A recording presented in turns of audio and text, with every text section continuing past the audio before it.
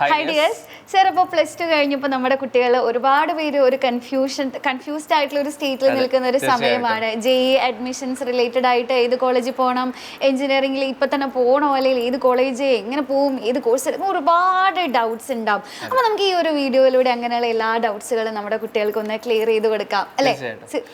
അപ്പോൾ ഇവരിപ്പോൾ ആലോചിക്കുന്നത് +2വിൻ്റെ മാർക്ക് വെച്ചിട്ട് കിട്ടുന്ന സ്ഥലത്ത് അഡ്മിഷൻ എടുക്കണോ, അതല്ലെങ്കിൽ പൈസ കൊടുത്തിട്ട് ഇപ്പം നമ്മുടെ തൊട്ടടുത്തുള്ള അയൽ സംസ്ഥാനങ്ങളിലൊക്കെയുള്ള കോളേജുകളിൽ പോയിട്ട് പഠിക്കണോ, അതും അല്ലെങ്കിൽ ഒരു വർഷം റിപ്പീറ്റ് ചെയ്യണം. ഈ രീതിയിലാണ് ഇവരുടെ ഒരു തോട്ട് ഇപ്പോൾ ഉള്ളത്.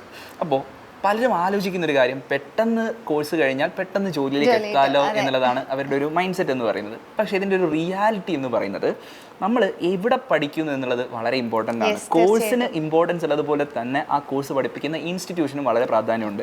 നമ്മൾ ഏതെങ്കിലും കോളേജിൽ പോയിട്ട് ഏതെങ്കിലും ഒരു കോഴ്സ് ചെയ്താൽ നമുക്ക് ജോലി കിട്ടണമെന്ന് ഒരു ഉറപ്പുമില്ല. നമ്മൾ കോളേജിൽ ചേരുന്നതിന് മുമ്പ് തന്നെ അവിടെ എത്രത്തോളം പ്ലേസ്മെൻ്റ് ഉണ്ട്, അവിടെ ഏത് കമ്പനികളിലാണ് പ്ലേസ്മെൻറ്റ് കിട്ടുന്നത്, അല്ലെങ്കിൽ ഏത് രീതിയിലാണ് പാക്കേജ് കിട്ടുന്നത് എന്നതിനെക്കുറിച്ചൊക്കെ നമ്മൾ ആലോചിക്കേണ്ടതുണ്ട്. ഇപ്പോൾ കുട്ടികൾ നിരന്തരം ChatGPT ഒക്കെ യൂസ് ചെയ്യുന്ന ആളുകളാണ്. അവർക്ക് ജസ്റ്റ് അതിൽ ചോദിച്ചാൽ മതി, ഇപ്പോൾ ഇന്ത്യയിൽ ഓരോ ടൈപ്പ് കോളേജ്, പ്രൈവറ്റ് കോളേജിൽ നിന്ന് പഠിച്ചിറങ്ങുമ്പോൾ കിട്ടുന്ന സാലറി എത്രയാണെന്നും NIT പഠിച്ചിറങ്ങുമ്പോൾ കിട്ടുന്ന സാലറി എങ്ങനെയാണ്, IIT പഠിച്ചിറങ്ങുമ്പോൾ കിട്ടുന്ന സാലറി എന്താണെന്നുള്ളത് അവർക്ക് ജസ്റ്റ് നോക്കിയാൽ മനസ്സിലാകും. കോടികളുടെ വ്യത്യാസമാണ് വരുന്നത്. സോ ഒരു വർഷം റിപ്പീറ്റ് ചെയ്യുക എന്ന് പറയുമ്പോൾ ഒരു ഇയർ ഡ്രോപ്പ് ചെയ്യല്ല, നമ്മൾ നമ്മുടെ ഫ്യൂച്ചറിന് വേണ്ടി ശരിക്കും ഒരു ഇയർ ഇൻവെസ്റ്റ് ചെയ്യുകയാണെന്നുള്ളതാണ് എൻ്റെ ഒരു കാഴ്ചപ്പാട്. പക്ഷേ സാർ, ഈ ഡ്രോപ്പ് ഇയർ എടുക്കുന്നവരോട് സൊസൈറ്റി ഭയങ്കര ബയാസ്ഡ് ആണ്.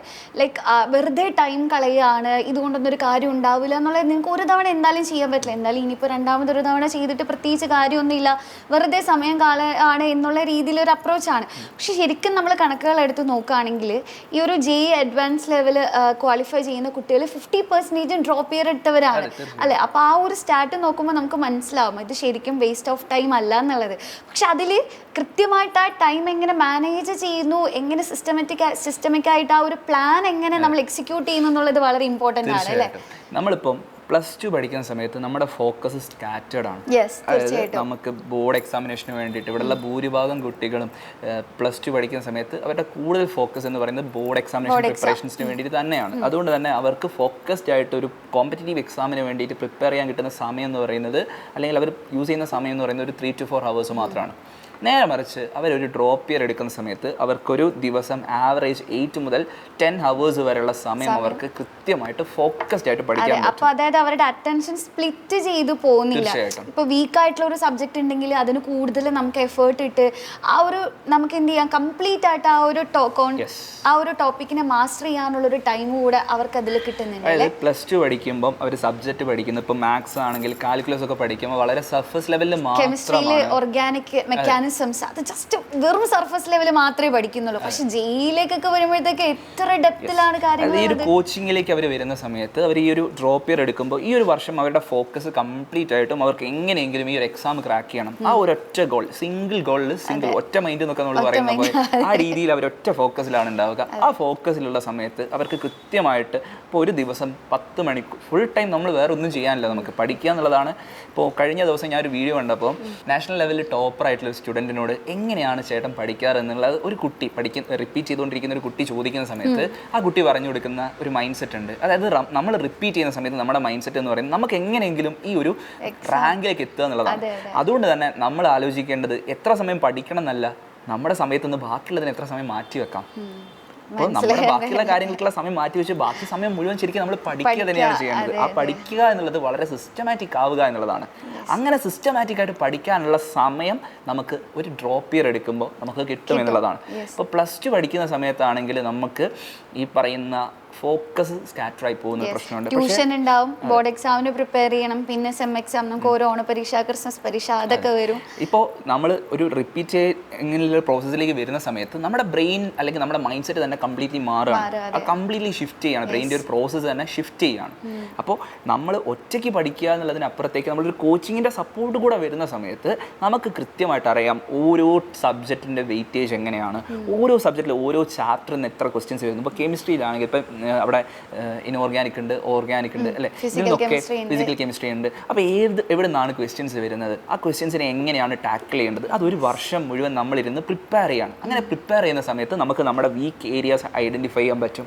ആ വീക്ക് ഏരിയാസ് ഐഡൻറ്റിഫൈ ചെയ്ത് നമുക്കിപ്പോൾ ഒരു ഡൗട്ടുള്ള ടോപ്പിക്സ് ഒക്കെ ആണെങ്കിൽ ആ ടോപ്പിക്സ് നമുക്ക് കൃത്യമായിട്ട് ഇൻഡെപ്ത് മനസ്സിലാക്കിയിട്ട് അത് കൂടുതൽ വർക്കൗട്ട് ചെയ്ത് കൂടുതൽ പ്രോബ്ലംസ് അതിൽ വർക്കൗട്ട് ചെയ്ത് നമ്മളുടെ ആ ഒരു സ്കില്ലിനെ ബെറ്റർ ആക്കാൻ നമുക്ക് സാധിക്കും. അങ്ങനെ ചെയ്യുന്ന സമയത്ത് നെക്സ്റ്റ് ഇയർ ആകുമ്പോഴേക്കും നമ്മുടെ മാർക്ക് വലിയ രീതിയിലുള്ള മാറ്റം. ഇപ്പോൾ JEE എക്സാമിൻ്റെ ഒക്കെ കേസ് എടുക്കുന്ന സമയത്ത് നമ്മുടെ മാർക്ക് ഒരു മാർക്ക് കൂടുമ്പോഴേക്കും നമ്മുടെ rank on an average 800 to 1000 മാറും. ആ 800 to 1000 റാങ്ക് എന്ന് മാറുന്ന സമയത്ത് നമ്മൾ കിട്ടുന്ന കോളേജിന്റെ ലെവൽ മാറും. ഇവർ മനസ്സിലാക്കേണ്ടത് കോളേജിന്റെ ലെവൽ മാത്രമല്ല ഇവർക്ക് മാറുന്നത്, ഫ്യൂച്ചറിൽ അവർക്ക് കിട്ടുന്ന സാലറിയുടെ അവരുടെ ലൈഫ് കംപ്ലീറ്റ് ആണ് ഈ ഒരു നമ്പേഴ്സ് കൊണ്ട് മാറുന്നത് അല്ലേ. പിന്നെ അതുപോലെ തന്നെ ഞാൻ മനസ്സിലാക്കിയത് ഇപ്പൊ നമ്മൾ +2നോടൊപ്പം തന്നെയാണ് ഈ JEEക്ക് വേണ്ടി പ്രിപ്പയർ ചെയ്യുന്നതെങ്കിൽ of course they will be പിന്നെ allocating 3 to 4 hours for this JEE preparations and all. പക്ഷെ അറ്റ് ദ സെയിം ടൈം എല്ലാവരും കൂടുതൽ ഫോക്കസ് ചെയ്യുക കോണ്ടന്റ് പഠിക്കുക. പക്ഷെ JEE പോലെയുള്ള ഒരു കോമ്പറ്റേറ്റീവ് എക്സാമിൽ more than understanding the content അവിടെ ഒരുപാട് ക്വസ്റ്റ്യൻസ് പ്രാക്ടീസ് ചെയ്യുക, പല ലെവലിലുള്ള ക്വസ്റ്റ്യൻസ് പ്രാക്ടീസ് ചെയ്യുന്നത് ഭയങ്കര ഇമ്പോർട്ടൻ്റ് ആണ്. ഇപ്പം +2 നമ്മളുടെ ഒരു ഇൻ്റഗ്രേറ്റഡ് സ്കൂളിംഗ് പ്രോഗ്രാമിൽ പോകുന്ന കുട്ടിയാണെങ്കിൽ ആ കുട്ടിക്ക് ഫുൾ ടൈം എൻട്രൻസ് ഓറിയൻറ്റഡ് ആയിട്ട് തന്നെയാണ് ക്ലാസ്സുകൾ വന്നത്. പക്ഷെ നമ്മുടെ സ്കൂളുകളിലെ സിസ്റ്റം അങ്ങനെയല്ല. സ്കൂളുകളിൽ സർഫസ് ലെവലിൽ ബോർഡ് എക്സാമിനേഷന് മാർക്ക് വാങ്ങാൻ കഴിയുന്ന രീതിയിലുള്ള ഒരു ക്ലാസ് പ്രോഗ്രാമിലൂടെയാണ്, അക്കാഡമിക് പ്രോഗ്രാമിലൂടെയാണ് അവർ കടന്നു വന്നിട്ടുള്ളത്. അതുകൊണ്ട് തന്നെ ഒരു എൻട്രൻസ് എക്സാമിലേക്ക് വരുന്ന സമയത്ത് അവർക്ക് ഓൾറെഡി ഒരു എക്സ്പീരിയൻസ് ഉണ്ട്. കഴിഞ്ഞ വർഷം എങ്ങനെയാണ് എക്സാം എഴുതിയത്, എന്തൊക്കെയാണ് അവർ ഫേസ് ചെയ്തിട്ടുള്ള ഡിഫിക്കൽട്ടീസ്, ഈ കാര്യങ്ങളൊക്കെ അവർക്ക് അറിയാം. ഇനി അവർ ലാക്ക് ചെയ്യുന്ന കാര്യം എന്ന് പറയുന്നത് ഈ പ്രോബ്ലം സോൾവിംഗ് സ്കിൽസ് ആണ്. ആ സ്കിൽസിനെ നെക്സ്റ്റ് ലെവലിലേക്ക് എത്തിക്കണമെങ്കിൽ അവർക്ക് കോൺസെപ്റ്റുവൽ ക്ലാരിറ്റി കൂടി ആവശ്യമാണ്. അത് സെറ്റ് ആക്കാൻ ഒരു വർഷത്തെ സമയം ഉണ്ടാകുന്നു. അതോടൊപ്പം അവരിപ്പോൾ ഒരു കോച്ചിങ്ങിലേക്ക് വരുന്ന സമയത്ത് ഇപ്പോൾ സൈലത്തിലാണെങ്കിൽ നമുക്കറിയാം JEEലേക്ക് വരുമ്പോൾ ഇക്ബാൽ സാറാണ് ആ ടീമിനെ ലീഡ് ചെയ്യുന്നത്. ഓൾറെഡി IIT മദ്രാസിൽ നിന്ന് ഗോൾഡ് മെഡലിസ്റ്റ് ആണ്. കേരള റാങ്ക് 11 ആയിരുന്നു സാറിൻ്റെത് പണ്ട് പഠിച്ച സമയത്ത്. ശേഷം IITയിലേക്ക് എൻട്രി ചെയ്തൊന്നും മാത്രമല്ല IITയിൽ നിന്ന് ഗോൾഡ് മെഡലോട് കൂടി പഠിച്ച് പുറത്തിറങ്ങിയ ഒരാളാണ്.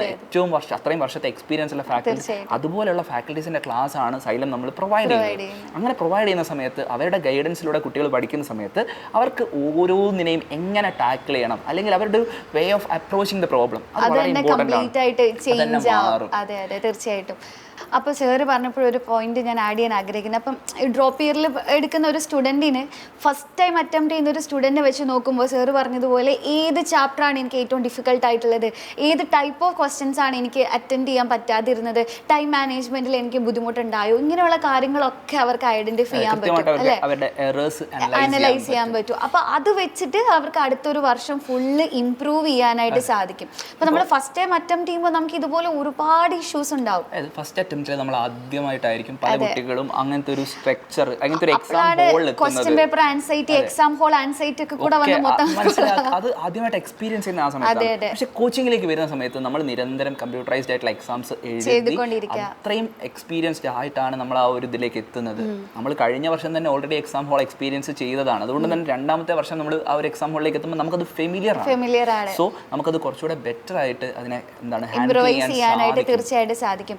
അപ്പോൾ അങ്ങനെ നമ്മൾ സിസ്റ്റമിക് ആയിട്ട് പഠിച്ചു വരുന്നു, പ്രോപ്പറായിട്ട് ഒരു ഗൈഡൻസ് കിട്ടുന്നു. അപ്പോൾ ഞാൻ മനസ്സിലാക്കിയത് ശരിക്കും ഈ ഒരു എറർ അനാലിസിസ്, അതേപോലെ മോക്ക് ടെസ്റ്റുകൾ ഒരുപാട് എഴുതാനായിട്ട് അവർക്ക് സാധിക്കും. പിന്നെ റിവിഷൻ സൈക്കിൾസ് പ്രോപ്പറാകും. അപ്പോൾ എപ്പോഴും സാറ് ശ്രദ്ധിച്ചിട്ടുണ്ടോ, ഇപ്പോൾ തിയറിയിൽ ചിലപ്പോൾ 1200 മേടിക്കുന്ന ഒരു സ്റ്റുഡൻറ്റിന് ഒരു കോമ്പറ്റേറ്റീവ് എക്സാമിലേക്ക് വരുമ്പോൾ അത്രയും അവർക്ക് പെർഫോം ചെയ്യാൻ പറ്റിയെന്ന് വരില്ല. ബിക്കോസ് നമ്മൾ തിയറിക്ക് വേണ്ടി പഠിക്കുന്നതും കോമ്പറ്റേറ്റീവിന് വേണ്ടി പഠിക്കുന്നതും രണ്ട് മെത്തേഡ് തന്നെയാണ്. അപ്പോൾ കോമ്പറ്റേറ്റീവിലേക്ക് വരുമ്പോൾ ക്വസ്റ്റ്യൻസ് പ്രാക്ടീസ് ചെയ്യുക, റിവൈസ് ചെയ്യുക. നമ്മൾ പുതിയ ടോപ്പിക്ക് പഠിച്ച് തലയിൽ കയറ്റുക എന്നതിനപ്പുറമായിട്ട് പഠിച്ച കാര്യങ്ങൾ വീണ്ടും റിവൈസ് ചെയ്യുക, പരമാവധി ക്വസ്റ്റ്യൻസ് ചെയ്യുക, ആ ഒരു റിവിഷൻ സൈക്കിൾ പ്രോപ്പറായിട്ട് ചെയ്യുക, മോക്ക് ടെസ്റ്റുകൾ എഴുതുക എന്ന് പറയുന്നത് ഭയങ്കര ഇമ്പോർട്ടൻ്റ് ആണ് അല്ലേ. അതെ, നമ്മൾ ഒരു ബോർഡ് എക്സാമിനേഷൻ എഴുതുമ്പോൾ നമ്മുടെ പെർസ്പെക്റ്റീവ് എന്ന് പറയുന്നത് ഫുൾ മാർക്ക് വാങ്ങിക്കുക എന്നുള്ളതാണ്. പക്ഷേ ഇവിടെ നമ്മളെ സംബന്ധിച്ച് പെർസെൻറ്റേജിനപ്പുറത്തേക്ക് പെർസെൻറ്റേജിലാണ് ഇമ്പോർട്ടൻസ്. അതായത് നമുക്ക് ക്രാക്ക് ചെയ്യാൻ ആവശ്യമായിട്ടുള്ളൊരു പാർ സ്കോർ ഉണ്ട്, ആ സ്കോറിൻ്റെ മുകളിലെത്തി പിന്നെ അതിനെ പുഷ് ചെയ്യുക എന്നുള്ളതാണ് നമ്മൾ ചെയ്യേണ്ടത്. ആ രീതിയിൽ നമ്മൾ കൃത്യമായിട്ടുള്ളൊരു സ്ട്രാറ്റജി വളരെ ഇമ്പോർട്ടൻ്റ് ആണ് ഒരു കോമ്പറ്റീറ്റീവ് എക്സാമിനെ നമ്മൾ അപ്രോച്ച് ചെയ്യുന്ന സമയത്ത്. ആ സ്ട്രാറ്റജി ബിൽഡ് ചെയ്യാനാണ് കുട്ടികൾക്ക് ഒരു കോച്ചിങ് പ്രോഗ്രാമിലൂടെ സാധിക്കുന്നത്. നിരന്തരം എക്സാമുകൾ എഴുതുന്നു, ആ എക്സാമുകളിലൂടെ എറേഴ്സിനെ അവർക്ക് മാക്സിമം റെക്ടിഫൈ ചെയ്യാൻ സാധിക്കുന്നു. അതുപോലെ തന്നെ ഓരോ ക്വസ്റ്റ്യൻസ് ചെയ്യുന്ന സമയത്തും അവർ പഠിച്ച കോൺസെപ്റ്റിനെ വീണ്ടും പല രീതിയിൽ അതിന് ഇങ്ങനെ അപ്ലിക്കേഷൻ ഉണ്ടെന്നത് മനസ്സിലാക്കുകയാണ് ചെയ്യുന്നത്. അപ്പോൾ ആ രീതിയിൽ നമ്മൾ നിരന്തരം ചോദ്യങ്ങളിലൂടെ കടന്നുപോയിക്കൊണ്ടാണ് ഒരു മത്സര പരീക്ഷയെ നേരിടേണ്ടത്. പിന്നെ അവർ +2 കഴിഞ്ഞിട്ട് പല കുട്ടികളും ഒരു കരിയർ തിരഞ്ഞെടുക്കുന്നത് അടുത്ത വീട്ടിലെ ചേച്ചി പറയുകയാണ് എൻ്റെ മോളെ ഞാൻ ഈ കോളേജിൽ ചേർത്തു, അപ്പോൾ ചോദിക്കുകയാണ് അങ്ങനെ ഒരു കോളേജ് ഉണ്ടല്ലേ, അങ്ങനെയാണ് എൻ്റെ മോനെ അവിടെ അഡ്മിഷൻ വേണം. ഈ രീതിയിലാണ് പലരും ആലോചിക്കുന്നത്. ഞങ്ങൾ കഴിഞ്ഞ വർഷം ഒരു +2 കുട്ടികളെ അനുമോദിക്കുന്ന പരിപാടിക്ക് പോയ സമയത്ത് അത് കഴിഞ്ഞിട്ട് കണ്ട കുറച്ച് കുട്ടികൾ, അവരോട് ഞാൻ ചോദിച്ചു എന്താ ചെയ്യാൻ പോകുന്നതെന്ന് ചോദിച്ചപ്പോൾ എന്നോട് പറഞ്ഞു എറണാകുളത്തുള്ളൊരു പ്രൈവറ്റ് കോളേജിൽ ഞങ്ങൾ ബിടെക്കിന് ചേരുകയാണ്. അപ്പോൾ ഞാൻ ചോദിച്ചു അതെന്താണ് അങ്ങനെ, നിങ്ങൾക്കൊരു NIT IIT ഒക്കെ നിങ്ങൾക്ക് നോക്കിക്കൂടെ എന്ന് ചോദിച്ചപ്പോൾ അങ്ങനെയൊക്കെ ഉണ്ടല്ലേ.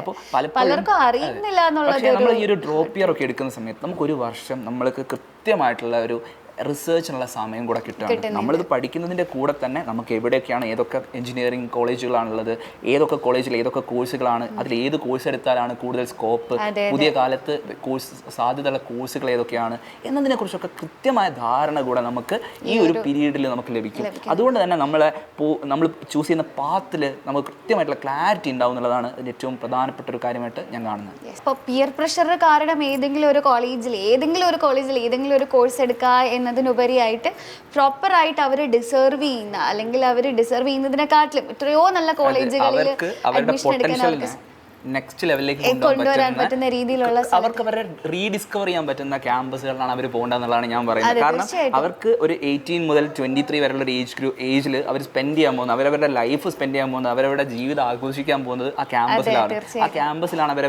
ജീവിക്കാൻ പോകുന്നത്. സോ ആ ഒരു സ്പേസ് തിരഞ്ഞെടുക്കുന്ന സമയത്ത് അത് അവരുടെ കരിയറിലായാലും അവരുടെ ലൈഫിലായാലും അവരെ നെക്സ്റ്റ് ലെവലിലേക്ക് കൊണ്ടുപോകാൻ പറ്റുന്ന ഒരു സ്ഥലത്തേക്കാണ് അവർ എത്തേണ്ടത്.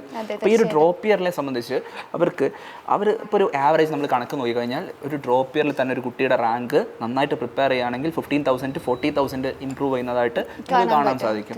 അപ്പോൾ പ്രൈവറ്റ് കോളേജിൽ എത്തേണ്ടടുത്ത് നിന്ന് അവർക്ക് അവരുടെ റാങ്കിനെ ഇമ്പ്രൂവ് ചെയ്തിട്ട് അവർക്ക് NIT-കളിലേക്കും IIT-കളിലേക്കും എത്താനുള്ള സാധ്യതയാണ് അവരുടെ മുന്നിൽ തുറന്നു കിട്ടുന്നത്. അപ്പോൾ അതിന് വേണ്ടിയിട്ട് അവർ ലാക്ക് ചെയ്യുന്ന കാര്യം എന്ന് പറയുന്നത് അവരുടെ ഹാർഡ് വർക്കാണ്. ഞാൻ എപ്പോഴും കുട്ടികളോട് പറയാറുണ്ട്, നിങ്ങൾ തന്നെ ആവറേജ് ആണെന്ന് നിങ്ങൾ പറയാറുണ്ട്.